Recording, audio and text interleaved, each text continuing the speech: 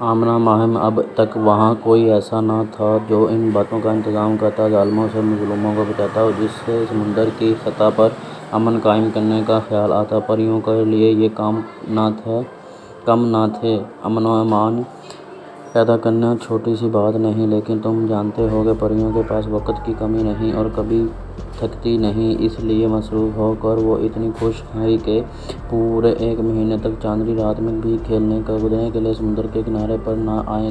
جب 30 راتیں لگاتار گزر گئیں اور کوئی پری باہر نہ آئی تو آخرکار بادشاہ کو فکر ہوئی کہ کہیں کوئی مصیبت تو نہیں آ گئی۔ کیا بات ہے کہ پریاں سمندر سے باہر نہیں آئیں! اس نے ان کی خبر لینے کے لیے اپنے ایلچی بھیجا۔ ایلچی سمندر میں پریوں کے پاس پہنچا، جاری ہے ان کا حال پوچھا اور بادشاہ کا پیغام دیا۔ پریوں نے کہا، بادشاہ سلامت کی خدمت میں ہم حاضر ہیں کہ ہمیں بھی اپنی سہیلیوں سے اتنے دن تک ملنے کا بہت افسوس ہے کہ ہم کو یہاں آ کر اتنی خوشی اور اس قدر مصروفیت رہی کہ رونا ہوا کہ اتنا وقت گزر گیا کہ آج رات ہم ضرور حاضر ہوں گے اور اب تک جو وہ سنائیں گے۔ رات ہوئی تو پریاں سمندر کے کنارے پانی سے باہر نکل آئیں۔ سارا پرستان ان سے ملنے کے لیے جمع ہو گیا اور جب انہوں نے سمندر کی تہہ کے عجیب و غریب حالات اور وہاں کی مخلوق کا ذکر کیا تو بادشاہ ملکہ اور تمام درباری پریاں حیران رہ گئیں اور بڑی دلچسپی سے بادشاہ نے کہا، تم بڑی اچھی نیک دل پریاں ہو تو اس کا صلہ ملنا چاہیے، چونکہ یہ تمہاری مصروفیت بہت زیادہ ہے اور تمہارا رہنا ٹھہرا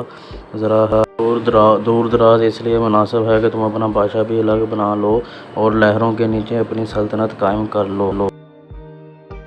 شاہی خاندان میں سے ایک شہزادہ تمہارا بادشاہ بن سکتا ہے، اس کے رہنے کے لیے ایک محل بناؤ جس میں جا کر وہ اور تم حکومت کرو۔ سمندر کی پریاں خوش ہو گئیں، انہوں نے بادشاہ کا شکریہ ادا کیا، انہیں اپنا علیحدہ بادشاہ ملا اور اپنی الگ سلطنت حاصل ہوئی۔ وہ اپنے نئے شہزادے کے بادشاہ کے محل کی تعمیر کرنے کے لیے سمندر میں چلی گئیں۔ سمندر کی تہہ میں پہنچنے پر پریوں نے محل کا ٹول ڈال دیا۔ 1 مہینے کے اندر ہی محل تیار ہو گیا۔ محل کی دیوار چمکتی سیب کی تھی اور اس کی چمکتی سفید باریک چاندنی جیسے ریت کی دیواروں پر رنگ رنگ کے نازک نازک سمندری بیلیں چڑھی ہوئی تھیں، کہیں سرخ، کہیں سبزی مائل زدہ تو کہیں کرمائزی۔ جتنے کمرے تھے اتنے ہی رنگ کی آرائش تھی، تخت کی اور دوارا کی نشستیں، عنبر کی طرح تاج، بڑے بڑے موتیوں کا سفید محل کی چاروں طرف سمندر کے پھولوں کے درختوں سے آراستہ باغات تھے، جگہ جگہ فوارے جواہرات دن چلا رہے تھے۔